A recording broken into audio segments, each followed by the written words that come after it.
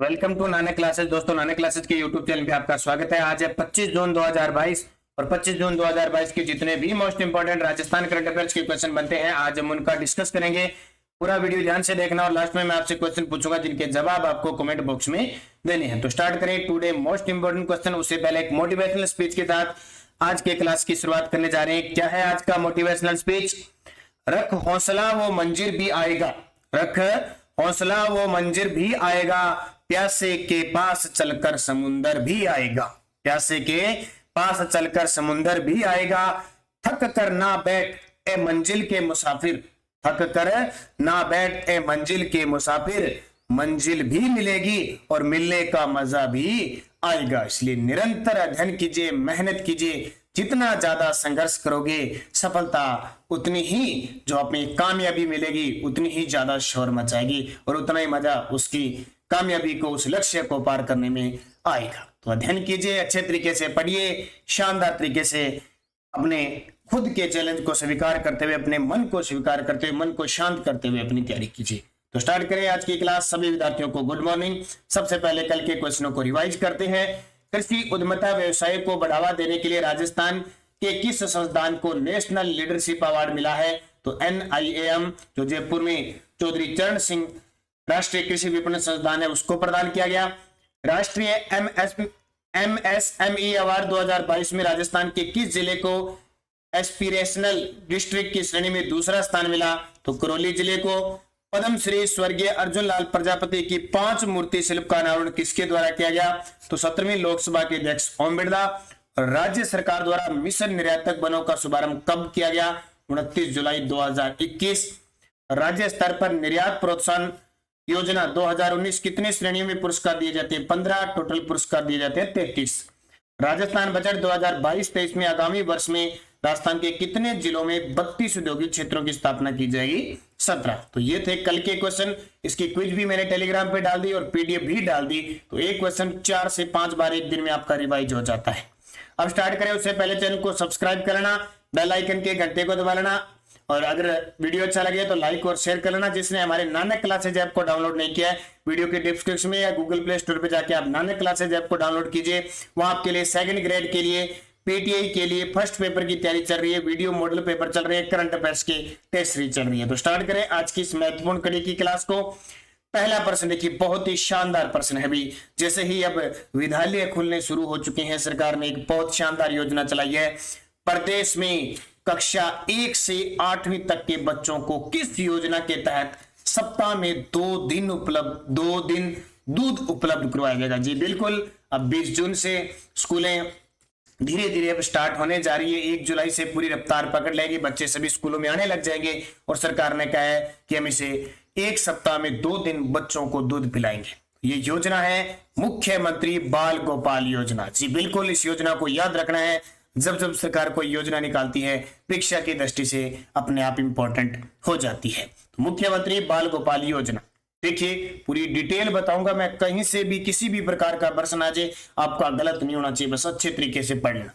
मुख्यमंत्री अशोक गहलोत की पहल पर प्रदेश में कक्षा 1 से 8वीं तक के बच्चों को मुख्यमंत्री बाल गोपाल योजना के तहत सप्ताह में 2 दिन दूध उपलब्ध करवाया जाएगा। इससे पहले आपको पता है कक्षा 1 से 8 तक उनको सरकारी यूनिफॉर्म फ्री देने की भी घोषणा सरकार ने की है।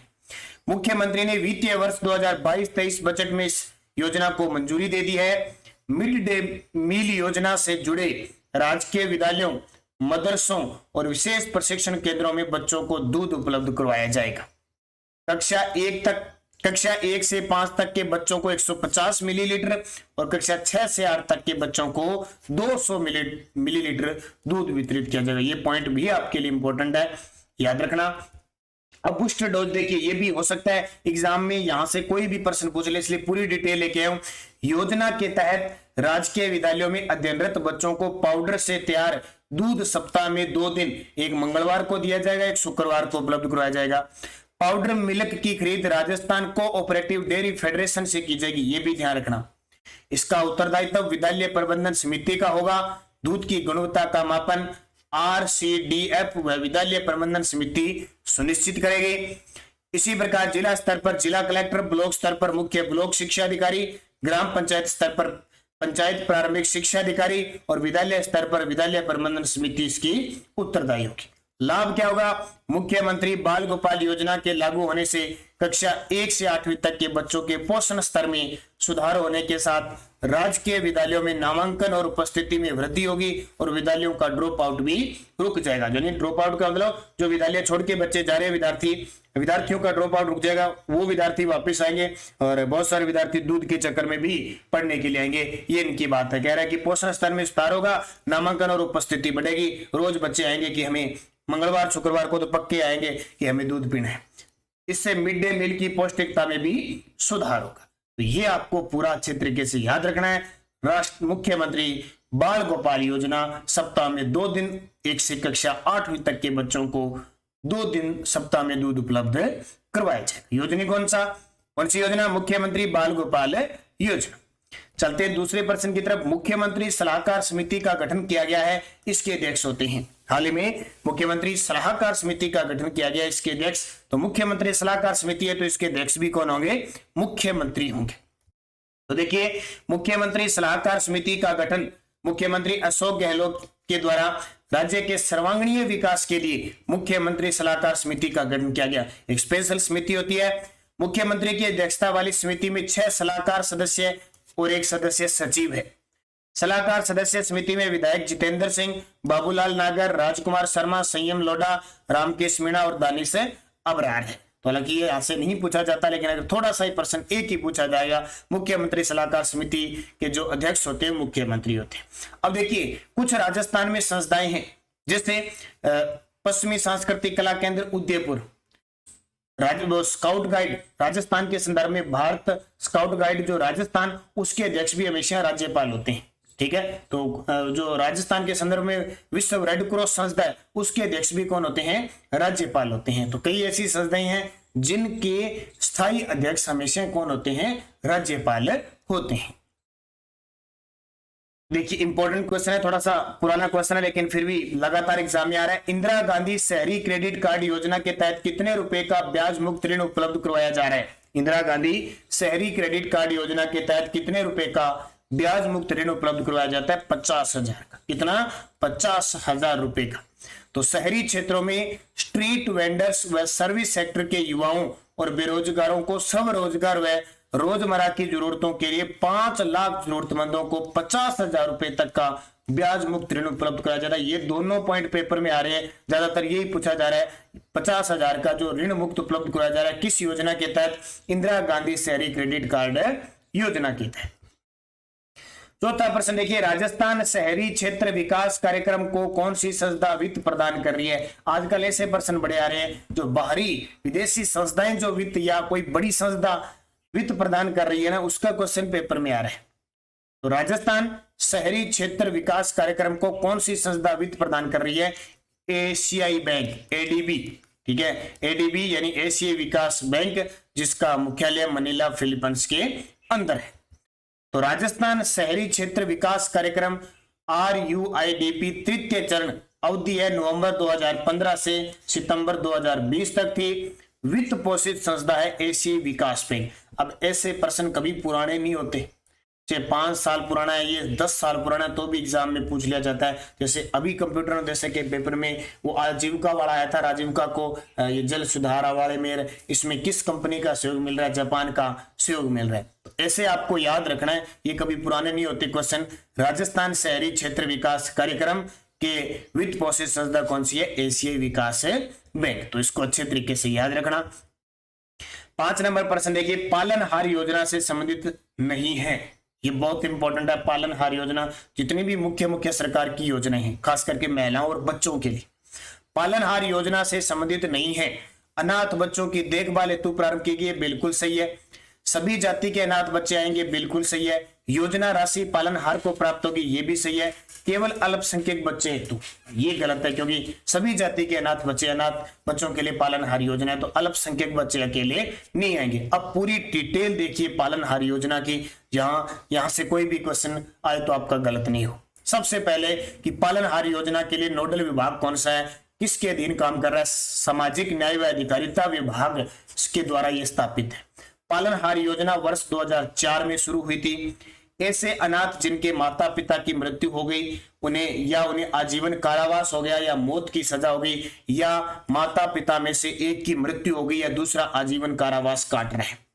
इस योजना में सभी माता पिता के अनाथ बच्चों, विधवा के बच्चों 3 बच्चों तक, विवाहित विधवा के बच्चों, कुष्ठ रोग HIV से संक्रमित माता पिता के बच्चों, नाते गई हुई महिलाओं के 3 बच्चों तक, विशेष योग्यजनों या परित्यक्ता तलाकशुदा महिलाओं के बच्चों को भी शामिल किया गया है। अब ऐसे प्रश्न आ जाता है पॉइंट ऑफ से किसको शामिल नहीं किया, क्योंकि एग्जामिनर आजकल इतना ज्यादा कंपटीशन, इतनी ज्यादा बेरोजगारी हो गई है, इतने ज्यादा फॉर्म अप्लाई होती हैं कि उनकी कैसे कैसे करके छंटनी लगा करनी होती है, उनकी झार लगानी होती है, जैसे झार में से बड़ा बड़ा रह जाता है बाकी निकल जाता है ना, तो उस प्रकार के इस प्रकार कई बार क्वेश्चन दे देते हैं।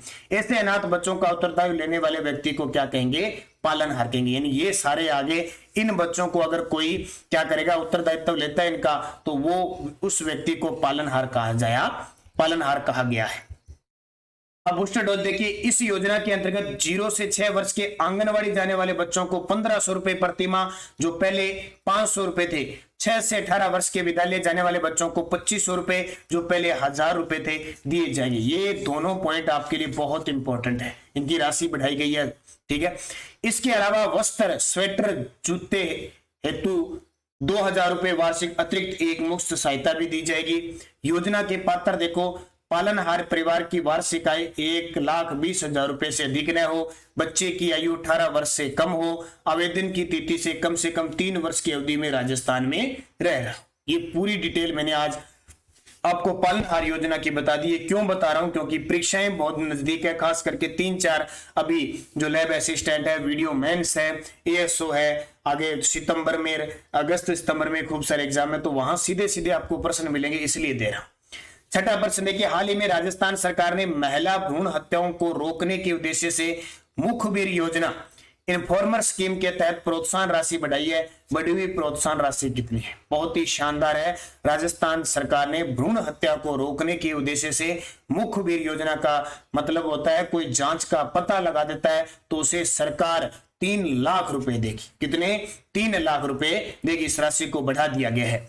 तो राजस्थान में पूर्व गर्भाधान और प्रसव पूर्व निदान तकनीक PCPNDT अधिनियम संशोधन 1994 के प्रभावी क्रियान्वयन हेतु 27 दिसंबर 2011 से मुखबिर योजना प्रारंभ की थी। ये योजना कब से स्टार्ट हुई है, 2011 से शुरू हुई है। और जो राजस्थान पुलिस का एग्जाम दे रहे हैं उसके लिए तो स्पेशल महिला बाल अपराध में ये टॉपिक भी है, ये मुख्य है। इसको याद भी रखना कि राजस्थान में पूर्व गर्भाधान प्रसव पूर्व निदान तकनीक PCPNDT अधिनियम 1994 में प्रभावी है और इसके तहत ये मुखबिर योजना है। ये कब से शुरू हुई है, 27 दिसंबर 2011 से। अब देखिए थोड़ी सी बात, भ्रूण लिंग प्रशिक्षण के रोकथाम के लिए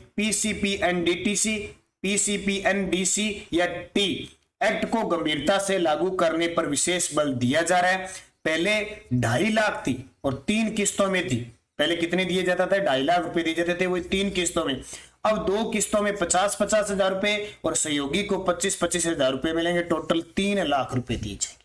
इसकी फुल फॉर्म याद रख लेना, PCPNDC या T, pre conceptional and prenatal diagnostic technology act 1994। तो ये आपके लिए इंपॉर्टेंट क्वेश्चन है। ये क्वेश्चन कभी पुराने नहीं होते, ये परीक्षा में बार बार एग्जामिनर पूछता है ताकि पता लगे कि राजस्थान का विद्यार्थी तैयारी कर रहा है, क्या इस प्रकार की सामाजिक कुरीतियां जो मुख्य सरकार ने योजना इनको रोकने के लिए चलाई है, क्या इनके बारे में पता है या नहीं। ये आपके लिए इंपॉर्टेंट है। क्विज आपको यहाँ प्राप्त हो जाती है, PDF प्राप्त हो जाती है। ज्वाइन कीजिए हमारे Nanak classes Rajasthan current affairs नाम से टेलीग्राम ग्रुप को, वीडियो की डिस्क्रिप्शन में भी लिंक है। टेलीग्राम में जाके भी आप ग्रुप ज्वाइन कर सकते हो। लगभग 40,000 विद्यार्थी जुड़े हुए हैं इसमें। आपको लिंक, कोई भी सूचना है वो आपको यहाँ प्राप्त हो जाती है। और हमारा एक चैनल है एक और, प्रताप क्लासेज, जिसका आपको लिंक मिलता है। उस पर रोज सुबह 6:30 पर इंडिया और इंटरनेशनल करंट अफेयर्स मिलता है। उसके लिए स्पेशल वीकली भी मिलता है, मंथली भी मिलता है। और अभी हाल ही में आपको 6 मंथ का वीडियो मिला है, वो जरूर देखना। वीडियो मेंस के लिए, PTT एग्जाम है, उन सब एग्जामों के लिए इंपॉर्टेंट रहेगा। पिछले वीडियो का क्वेश्चन क्या था, प्रधानमंत्री कुसुम योजना के तहत राजस्थान का दूसरा सौर ऊर्जा पंप संयंत्र कहां स्थापित किया गया। सभी विद्यार्थियों का सही जवाब था घड़सीसर, चूरू। और पहला कहां पे है, भालोजी गांव है, जयपुर के अंदर। दादिया गांव जयपुर क्यों प्रसिद्ध है, राजस्थान का पहला जैविक गांव है। अब क्वेश्चन फॉर यू, जिसका जवाब आपको कमेंट बॉक्स में देना है। राज्य सरकार द्वारा मिशन निर्यातक वनों का शुभारंभ कब किया गया? 29 जुलाई 2021, 7 अगस्त 2021, 19 दिसंबर 2021, 1 मई 2022। ये चारों ही तारीख किसी न किसी योजना से शुरुआत होनी की इंपॉर्टेंट तारीख है। देखते हैं कितने विद्यार्थी इनके सही जवाब दे पाते हैं। यस्टरडे डोज क्या थी? संत मावजी का जन्म किस जिले में हुआ? साबला ग्राम डूंगरपुर में हुआ था। बेणेश्वर धाम की स्थापना करता माना जाता है। संत मावजी ने ग्रंथ लिखा था चोपड़ा, जिनका वागड़ क्षेत्र में दीपावली के पर्व के अवसर पर यहाँ पे उनका वाचन होता है। जयपुर में इसरलाट का निर्माण किसने करवाया? स्वाई ईश्वरी सिंह ने करवाया था। और इसी इसरलाट सरगासुली से इन्होंने आत्महत्या भी 1750 में की थी। राजस्थान में नोटों की शाही बनाने वाला कारखाना भिवाड़ी अलवर। केंद्रीय शुष्क बागवानी संस्थान कहां स्थित है? तो बीकानेर में। और प्रदेश में सॉफ्टवेयर टेक्नोलॉजी पार्क कहां स्थित है? जयपुर के अंदर। तो ये पांचों के जवाब आपको अच्छे तरीके से देना है, शानदार तरीके से आपको निरंतर देना है। स्पेशल आपके लिए क्वेश्चन होते हैं। नेक्स्ट डोज देखिए, बागोर सभ्यता का उत्खनन व निर्देशन किसके द्वारा किया गया? बीकानेर का कौन सा शासक जो अकबर और जहांगीर दोनों की सेवा में रहा? वीर दुर्गादास राठौड़ को मारवाड़ का यूलिसेस किस इतिहासकार ने कहा? वीर दुर्गादास राठौड़ को मारवाड़ का यूलिसेस किस इतिहासकार ने कहा? राजस्थान का प्रथम प्रजामंडल कौन सा था? और उमराव किस रियासत के सामंत थे? पांचों के जवाब जाते जाते आप कमेंट में देना। वीडियो को लाइक करना, शेयर करना। अगर आप चैनल पे नए हैं तो इसको सब्सक्राइब कर लेना। और ये हमारी नानक क्लासेज ऐप पे राजस्थान करंट अफेयर्स की टेस्ट सीरीज चल रही है 2021 जनवरी से लेकर और मई 2022 तक यहाँ पे टेस्ट सीरीज डाले जा चुके हैं। हर एक महीने के 50-50 क्वेश्चन है। तो राजस्थान करंट अफेयर्स की तैयारी करें विद्यार्थी। अपनी तैयारी को परखने के लिए नानक क्लासेज ऐप में जाके इस करंट अफेयर्स की टेस्ट सीरीज को जरूर ज्वाइन कीजिए। बहुत ही शानदार है और इसमें आपको लगातार टेस्ट मिलते रहेंगे। इसके अलावा वीडियो मेंस की टेस्ट सीरीज चल रही है। वीडियो मेंस का एग्जाम 9 जुलाई को आ चुका है। तो विश्व भारत और राजस्थान का GK special with current affairs के साथ 100 प्रश्नों के 15 मॉडल पेपर आपको मिल रहे हैं। महज 51 रुपए की राशि घटाकर कर दी है। तो जरूर ज्वाइन कीजिए, एक बार जरूर पढ़ के जाइए महाद्वीप वगैरह सारा। और आपको जल्द ही अब 1-2 दिनों में वीडियो मेंस के लिए पूरे महाद्वीप का एक 100 प्रश्नों का यानी 70 से 75 प्रश्नों का वीडियो मिलने जा रहा है। सुपर फास्ट क्लास है हमारी होगी, उसे निरंतर देखना। तो धन्यवाद। जय हिंद, जय भारत।